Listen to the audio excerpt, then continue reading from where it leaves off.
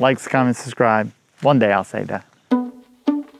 Hey guys, this is Daniel with TLC 4x4, and this is our latest build, a 1988 FJ142. This build started like all of our frame-off restorations do.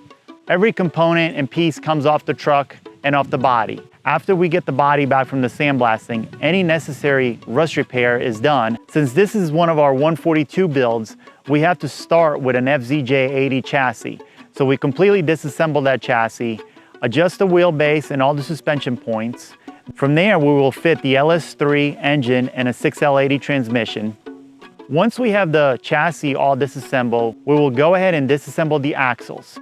After we get all our components back from sandblasting and powder coating, we will then assemble the entire chassis, making it into a roller. Once the roller is completed and the body is fully painted, wet sand and buff, we will make the two together. Once that process is done, we will start our final assembly and upholstery work. Starting with the front of the truck, we have our new and improved TLC 4x4 off-road bumper.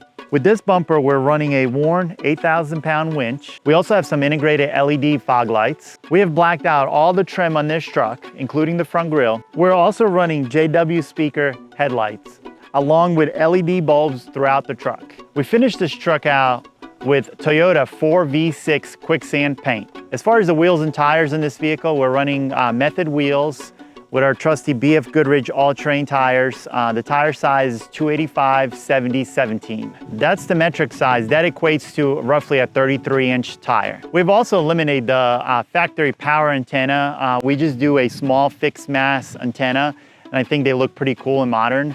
We're running our TLC fender vents. These are our billet vents. They're wrinkle powder coated. Retain all the factory Toyota emblems. And then we're running our TLC quarter vents. They're as well finished in black wrinkle powder coat. On this truck, the customer wanted a luggage roof rack.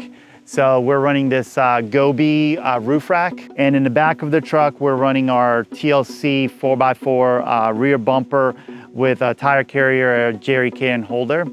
We have eliminated all the trim around the windows, giving it a more cleaner, modern look.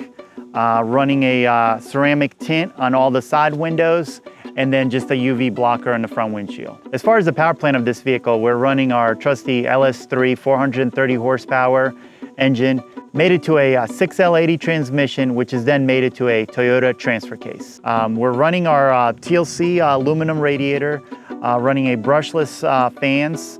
We also have our TLC intake system. We try to keep the engine bay super clean. Since this is a FJ142, we still retain all the FJ80 ABS system and braking system. So all of that has been retrofitted for the 62 body. All the wiring and everything that pertains to that system has been retrofitted as well. As far as our exhaust, we're running GM manifolds, which then go into the GM catalytic converters. From there, we build a custom 3-inch stainless steel system that goes out the back. As far as the fuel system on this particular vehicle, we're running our long range tank, which is a full evap system. So it has all the evap charcoal canister like it should from GM. We're running all factory 80 series brake lines.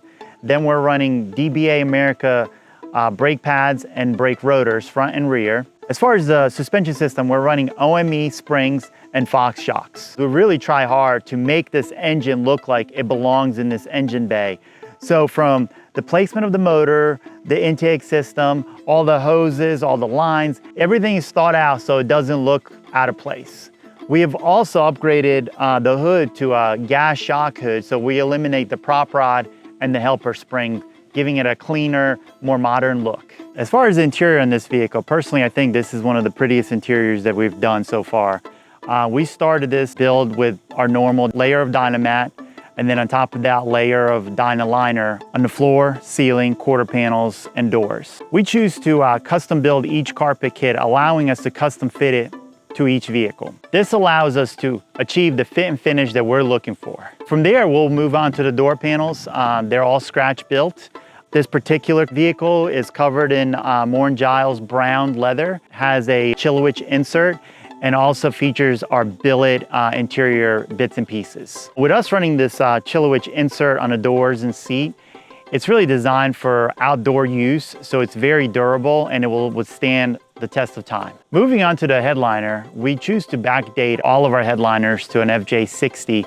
The dash, the grab handle, steering wheel has all been leather wrapped and custom stitched. This truck also features one of our TLC lockable metal consoles.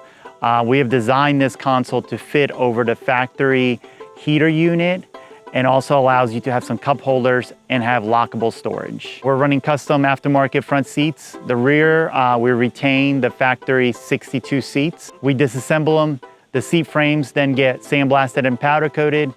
Our upholstery department will create new foams and then they will fabricate new custom covers. This vehicle also features aftermarket heating and cooling unit with a digital controller. We're running a touchscreen JVC head unit in the dash, along with kicker speakers and kicker subwoofer in the back. The lighting inside the truck has all been upgraded to LED lights. We like to retain the factory dome lights just for the look of the truck.